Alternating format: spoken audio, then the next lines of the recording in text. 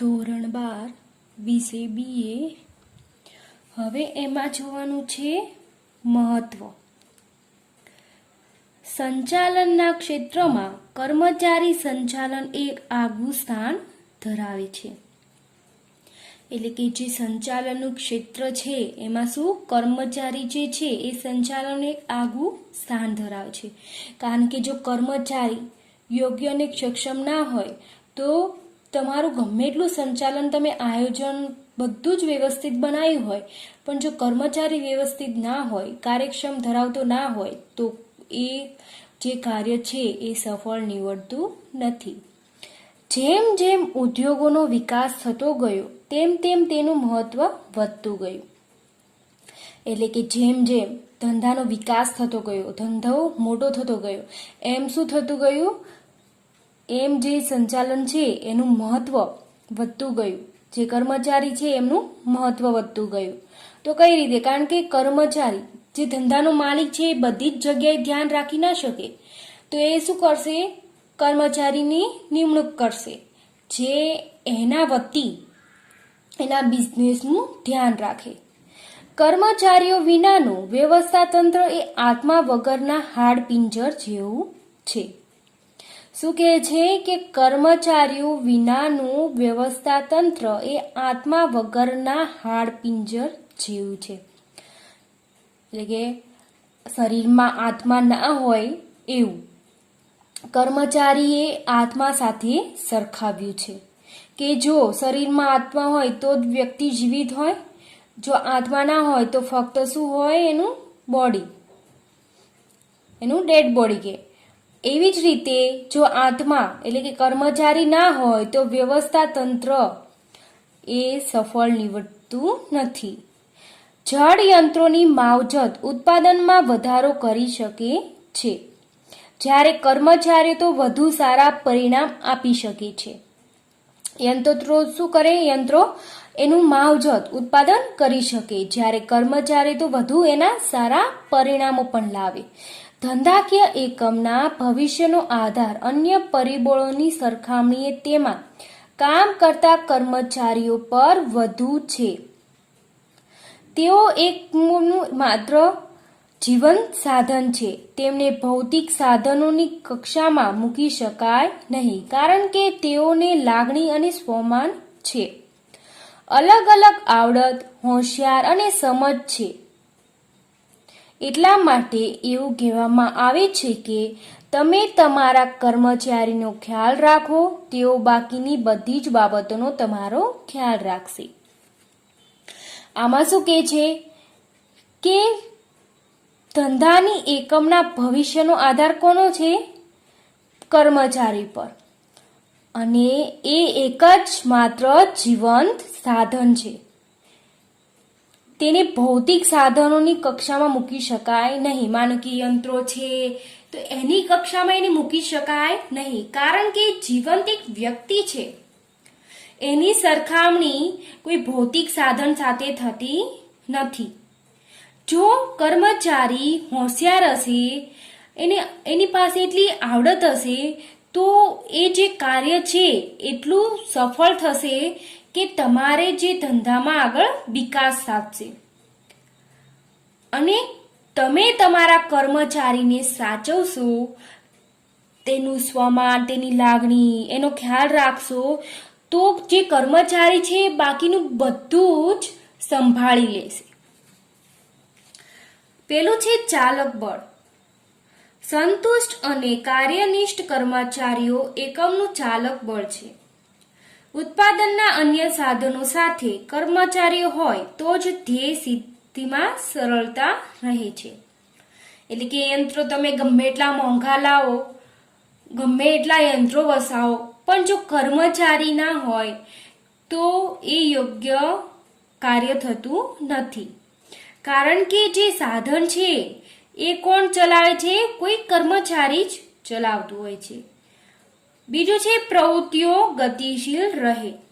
યોગ્ય કર્મચારી વ્યવસ્થા ધંધાકીય એકમની દરેક પ્રવૃત્તિઓને ગતિશીલ બનાવે છે. એટલે કે યોગ્ય કર્મચારી વ્યવસ્થા ધંધાકીય એકમની દરેક પ્રવૃત્તિઓ ગતિશીલ બનાવે છે, એટલે કે ઝડપી બનાવે છે. ત્રીજું છે સંચાલનના અન્ય કાર્યો માટે જરૂરી. સંચાલનના અન્ય કાર્યો જેવા કે આયોજન, વ્યવસ્થા તંત્રની રચના, સંકલન, દોરવણી અને અંકુશ જેવા કાર્યો માટે કર્મચારી વ્યવસ્થા જરૂરી છે. એટલે કે સંચાલનના અન્ય કાર્યો આયોજન, વ્યવસ્થા તંત્રની રચના કરવી, સંકલન, દોરવણી, અંકુશ જેવા કાર્યો માટે કર્મચારી વ્યવસ્થા જરૂરી નીવડે છે. કારણ કે જો કર્મચારી વ્યવસ્થા ના હોય તો આમાંથી કોઈ પણ આયોજન શક્ય બનતું નથી, કારણ કે આ બધામાં કર્મચારીની અંદર નિયુક્ત હોય છે. ચોથું છે એકમના હાથ પગ. સંચાલનમાં આયોજનનું કાર્ય માનવ શરીરના મગજ જેવું સ્થાન ધરાવે છે, તો કર્મચારી વ્યવસ્થા માનવ શરીરના હાથ પગનું સ્થાન ધરાવે છે. તેમના વિના એકમની પ્રવૃત્તિઓ થઈ શકે નહીં. એટલે કે સંચાલનનું આયોજનનું કાર્ય માનવ શરીરના મગજ જેવું સ્થાન ધરાવે છે. માનવીનું શરીરનું જે મગજ છે એવું સ્થાન ધરાવે છે, તો કર્મચારી વ્યવસ્થા માનવ શરીરના હાથ પગનું સ્થાન ધરાવે છે. જો માનવીના હાથ પગ ના હોય તો કોઈ પણ વ્યક્તિ કામ કરી શકે ના. એવી જ રીતે જો કર્મચારીની વ્યવસ્થા યોગ્ય હોય તો એ સારી રીતે કાર્ય કરે. તેમના વિના એકમની પ્રવૃત્તિઓ શક્ય થતી નથી. પાંચમું છે કર્મચારીઓમાં સંતોષ. કર્મચારીઓ ફરિયાદો, મુશ્કેલીઓ સમજી તેને ઝડપી નિકાલ કરી શકાય છે. એકમના કાર્યો યોગ્ય આયોજન અને તે કાર્યની યોગ્ય વહેંચણી કારણે કર્મચારીમાં સંતોષની લાગણી ઊભી થાય છે. એટલે કે જો કર્મચારીની અમુક ફરિયાદ હોય, મુશ્કેલી અને કંઈક પ્રોબ્લેમ હોય તો એ સમજી તેનો ઝડપી નિકાલ કરી શકાય છે. એની શું પ્રોબ્લેમ છે, એની શું ફરિયાદ છે, યોગ્ય રીતે સાંભળી પછી એને જેમ ઝડપી નિકાલ કરી શકાય છે. એકમના કાર્યનું યોગ્ય આયોજન અને કાર્યની યોગ્ય વહેંચણીને કારણે કર્મચારીમાં સંતોષની લાગણી ઊભી થાય છે. એટલે કે કાર્યની યોગ્ય વહેંચણી, કોઈને વધારે કાર્ય કે કોઈને ઓછું કાર્ય, જેથી કર્મચારીની અંદર જ કર્મચારી જ મનભેદ ઉદ્ભવે એવું નહીં, બધાને યોગ્ય કાર્યની વહેંચણી કરી છે એટલે કર્મચારીમાં સંતોષની લાગણી ઊભી થાય છે. છઠ્ઠું છે સંબંધોમાં સંવાદિતા. યોગ્ય કર્મચારી વ્યવસ્થાને કારણે એકમમાં સંતોષકારક વાતાવરણ ઊભું થાય છે. તેથી માલિક અને કર્મચારીઓ વચ્ચેના સંબંધોમાં સંવાદિતા જળવાય છે.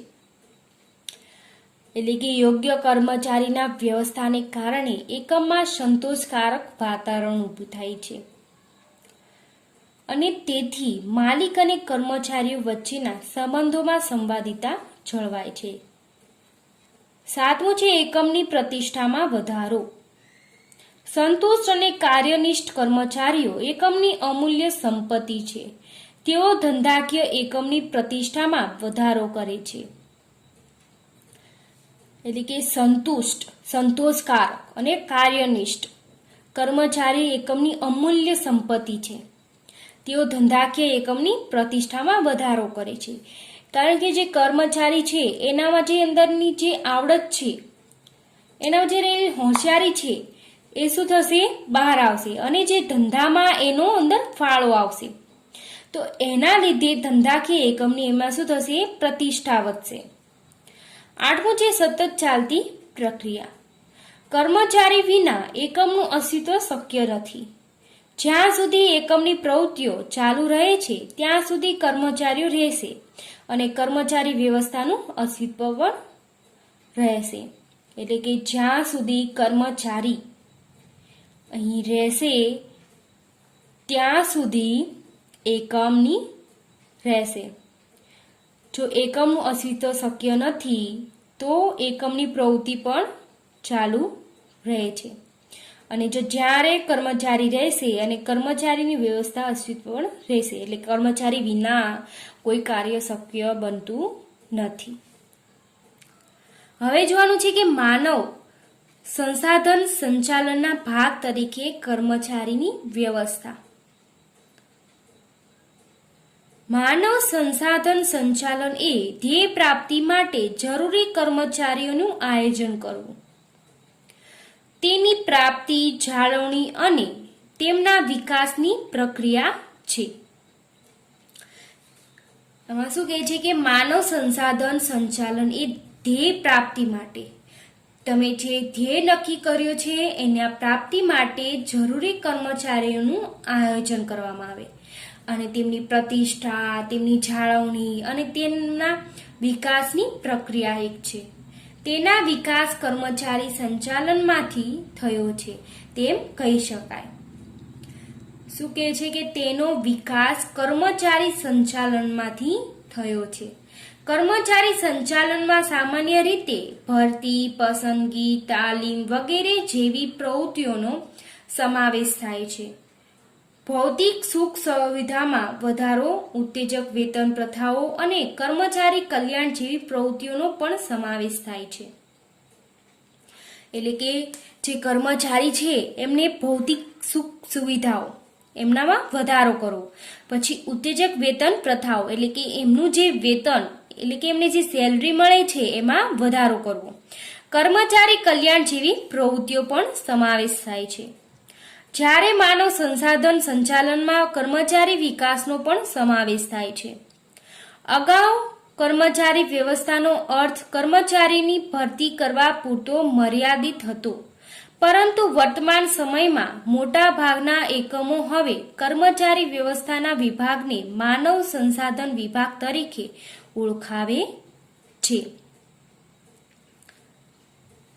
આમાં શું કહે છે કે અગાઉ કર્મચારી વ્યવસ્થાનો અર્થ કર્મચારીની ભરતી કરવી પૂરતો જ મર્યાદિત હતો, એટલે કે કર્મચારીની ભરતી કરી દીધી એટલે કામ પૂરું. પરંતુ હવે વર્તમાન સમયમાં એવું થતું નથી. હવે કર્મચારીની વ્યવસ્થાના વિભાગમાં માનવ સંસાધન તરીકે ઓળખાવે છે.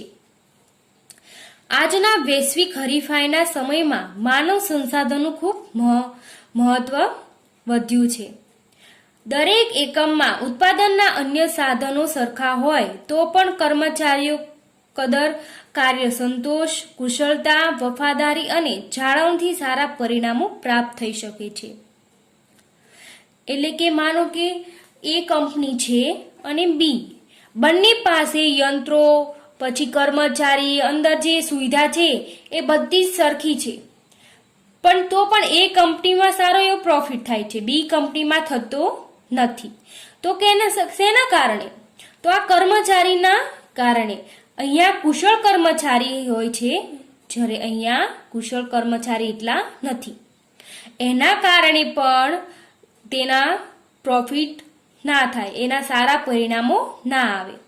એટલે કે કુશળ કર્મચારી હોય તો એના લીધે સારા પરિણામ પણ પ્રાપ્ત થઈ શકે છે. માનવ સંસાધન સંચાલનની કામગીરી બે ભાગમાં વહેંચી શકાય છે. પેલું છે આયોજન સાથે સંબંધિત બાબતો અને બીજું છે વળતર અને વિકાસ સંબંધિત બાબતો. તો પેલું જોઈએ આયોજન સાથે સંબંધિત બાબતો. એકમમાં જરૂરી કર્મચારીઓનું આયોજન કરવું અને એકમના વિકાસ સમયે નવી નિમણૂક દ્વારા તેમાં વધારો કરવો. એટલે કે જે કર્મચારી છે એનું આયોજન કરવું, એકમના વિકાસ સમયે નવી નિમણૂક દ્વારા તેમાં વધારો પણ કરવો. સમય, સંજોગો અને પરિસ્થિતિ મુજબ જરૂર જણાય ત્યાં કાળજીપૂર્વક યોગ્ય કાર્યવાહી કરી કર્મચારીની સંખ્યામાં ઘટાડો કરવો. માનો કે એવી પરિસ્થિતિ સર્જાણી કે ધંધો બહુ ચાલતો નથી અને કર્મચારીની એટલી બધી જરૂર પણ નથી, તો કર્મચારીમાં શું થશે? એની સંખ્યામાં ઘટાડો કરી દેશે. અને એવું જણાય કે બહુ ધંધો સારો એવો ચાલે છે, વધુ કર્મચારીની જરૂરિયાત છે, તો ભરતી પણ કરવી પડે. એટલે કે જેવી પરિસ્થિતિ, સંજોગો, સમય જણાય ત્યાં કાળજીપૂર્વક યોગ્ય કાર્યવાહી કરીને, એટલે કે એમ નહીં કે તમે નીકળી જાઓ, એમ નહીં, એમને શાંતિપૂર્વક એમને કાઢવામાં આવે છે. દરેક કર્મચારીઓને તેમની લાયકાત મુજબ યોગ્ય સ્થળે કામગીરી સોંપવી. એટલે કે જેની પાસે જેવી લાયકાત છે, એનામાં યોગ્ય કાર્ય કરવાની જે આવડત છે તેના મુજબ એને કાર્યની સોંપણી કરવી. કર્મચારીઓ સતત કાર્યશીલ રાખી તેમના કાર્ય સંબંધિત જ્ઞાનમાં વધારો કરવો. એટલે કે જે કર્મચારી છે એના કાર્યમાં સતત કાર્યશીલ રાખવા અને કાર્ય સંબંધિત જ્ઞાનમાં વધારો કરવો. એટલે કે જે કાર્ય કરે છે એના જ્ઞાનમાં વધારો કરવો.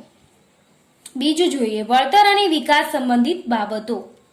જરૂર પડે ત્યાં કર્મચારીઓને તાલીમ આપવાની વ્યવસ્થા કરવી. જો તાલીમ આપવામાં આવશે કર્મચારીને તો એના કાર્યમાં ખૂબ જ સરળ રીતે અને ઝડપી કરી શકશે. કર્મચારીઓ તેમના કાર્યમાં નિષ્ણાત બને અને વિચાર શક્તિ વધે તેવું વાતાવરણ અને તક પૂરી પાડવી. એટલે કે જે કર્મચારી છે એના કાર્યમાં નિષ્ણાત બને, જે કાર્ય છે એમાં નિષ્ણાત બને અને વિચાર શક્તિ વધે. કોઈ ડિસિઝન લેવાનું છે તો એ તરત ડિસિઝન પણ લઈ શકે એવું હોવું જોઈએ. તેવું વાતાવરણ અને તક પણ પૂરી પાડવી. કર્મચારીઓને લાયકાત પ્રમાણે યોગ્ય વળતર અને લાભ આપવા. એની પાસે જેટલી લાયકાત છે એ પ્રમાણે એને વળતર પણ આપવું જોઈએ. એમાં તમે ઓછું વળતર આપો તો એ કર્મચારીને જે કાર્ય કરશે એ મનથી નહીં કરે, એ ફક્ત કરવા ખાતર કરશે, એટલે એના કાર્યમાં પણ ઇફેક્ટ પડશે. એટલે એની પાસે જેટલી લાયકાત છે એટલું એને યોગ્ય વળતર પણ પૂરું પાડવું. કર્મચારીઓની કાર્ય સંબંધિત સમસ્યાઓને જાળવણી અને તેની ઝડપી ઉકેલ શોધી તેનો અમલ કરવો. એટલે કે જે કાર્ય સંબંધિત બાબતો છે, એની સમસ્યા છે, એનો ઝડપી ઉકેલ શોધી તેનો અમલ કરવો જોઈએ. માનવ સંસાધન સંચાલનમાં કર્મચારીઓને ઉત્પાદનનું સાધન નહીં પણ તેને વિશેષ એક માનવી તરીકે સ્વીકારવામાં આવે છે.